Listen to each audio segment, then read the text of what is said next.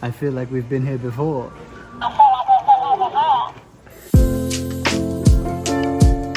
Slowly, we were making our way eastward. After leaving Kurashiki, a lovely little town I'll touch on later, we arrived into the Osaka Namba station for 1:30.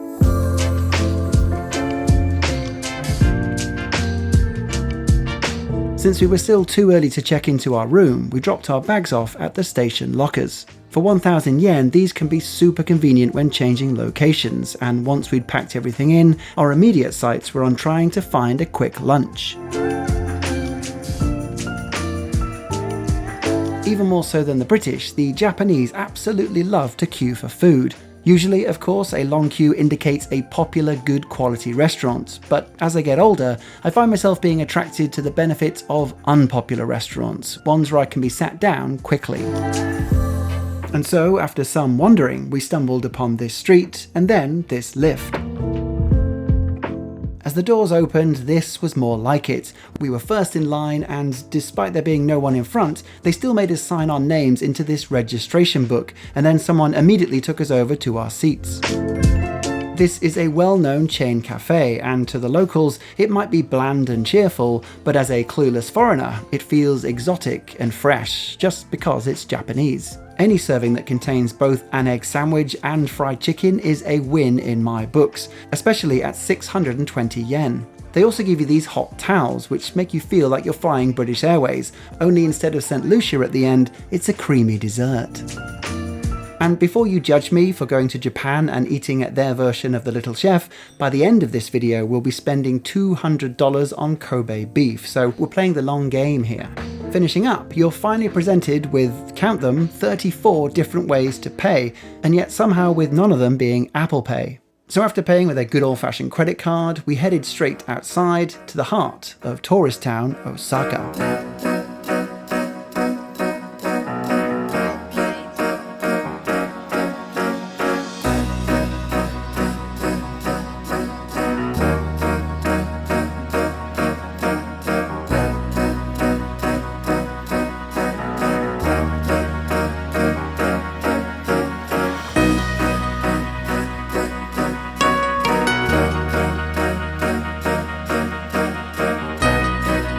The overstimulation of Dotonbori cannot be underestimated. So much so, I almost jumped into the river, but fortunately this well-placed sign persuaded me otherwise.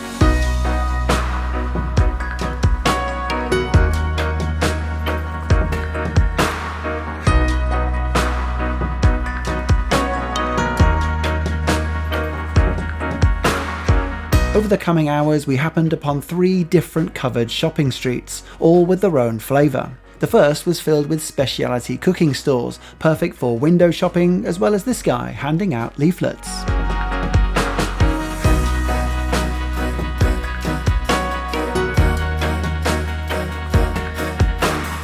Then, not too far away, is Kuromon Market, a fish market dating back to the Edo period, but is also popular for affordable clothing, homeware and street food.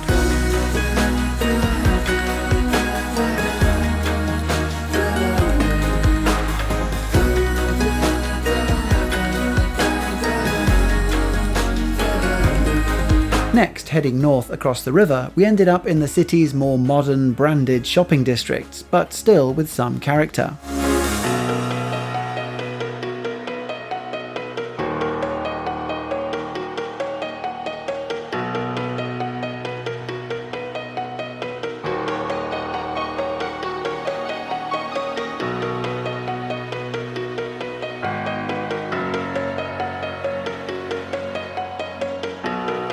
Finally, we took one last evening stroll through Dotonbori, which is when the area really comes alive.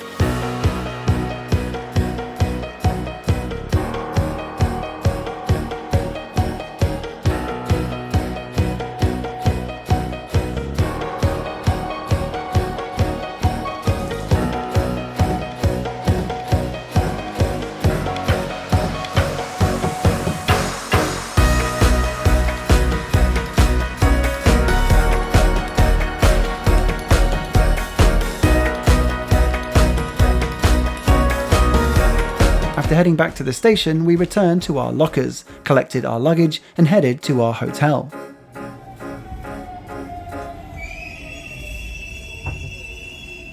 Whilst on the train, I always enjoy how refreshingly quiet Japanese public transport is. Just have a listen.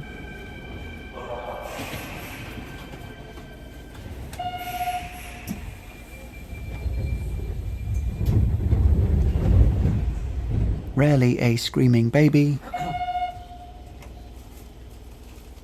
No knobheads watching TikTok. No sense of sorry.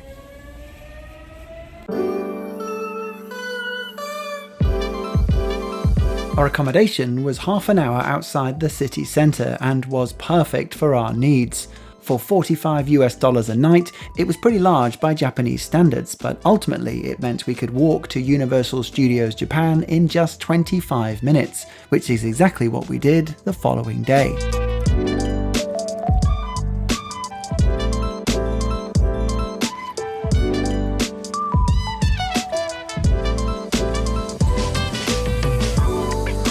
I've done a whole other video on this park, also on how to visit Super Nintendo World specifically, because it is new and popular and such an unnecessarily confusing process to visit. But all you need to know for this video is that it really is the best theme land I've ever seen, and is well worth a look for any Nintendo players out there. And as a lifelong Disney Parks fan, I definitely preferred my time at USJ compared to my time at Tokyo Disney, which again I've made a video on and I'll link it at the end.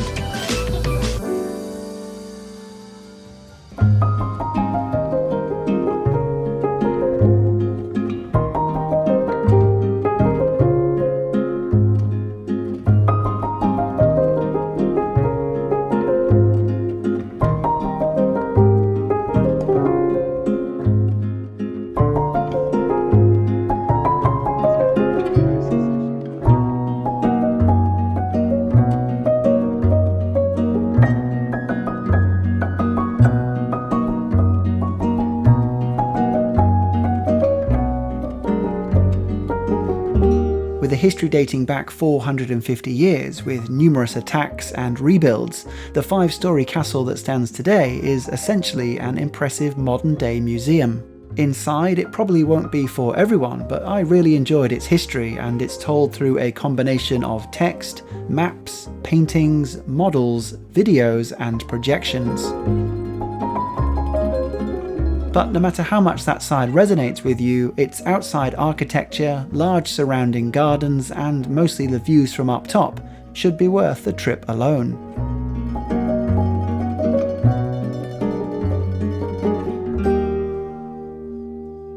One thing I almost didn't include in this video, since it's not really aimed at tourists, is this disaster prevention centre. Starting small with why you should fasten your fridge to the wall, what to do during a stove fire, escaping a smoky room, to finally a full-scale disaster, it's ultimately about the everyday threat of the next earthquake being just around the corner.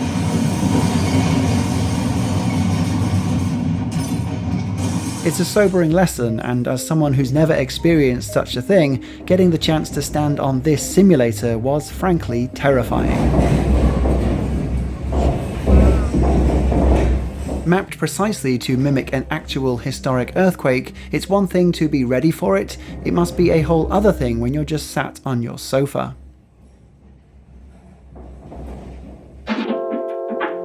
We finished our last day with probably the best meal during our entire month in the country. Kobe beef is the famous Japanese delicacy. To earn the official trademark label of Kobe beef, the cattle needs to be raised in the Hyogo prefecture and pass a number of incredibly high requirements. All of this means that its flavour is guaranteed to be tender and delicious, with that marbled texture it's known for. Osaka sits just across the bay from Kobe, so it seemed like a good enough place to splash $200 for the privilege. Now, if that cost sounds high, this is actually on the lower end for a good Kobe teppanyaki experience.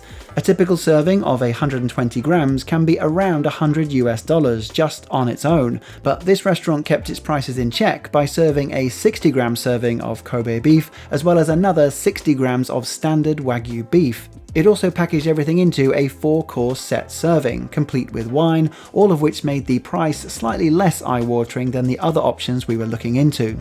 The short version, though, is that this was a meal to remember. Even though the Wagyu was best in class by any other dining standard, the Kobe beef was on another level, with its tenderness and general juiciness just being outstanding.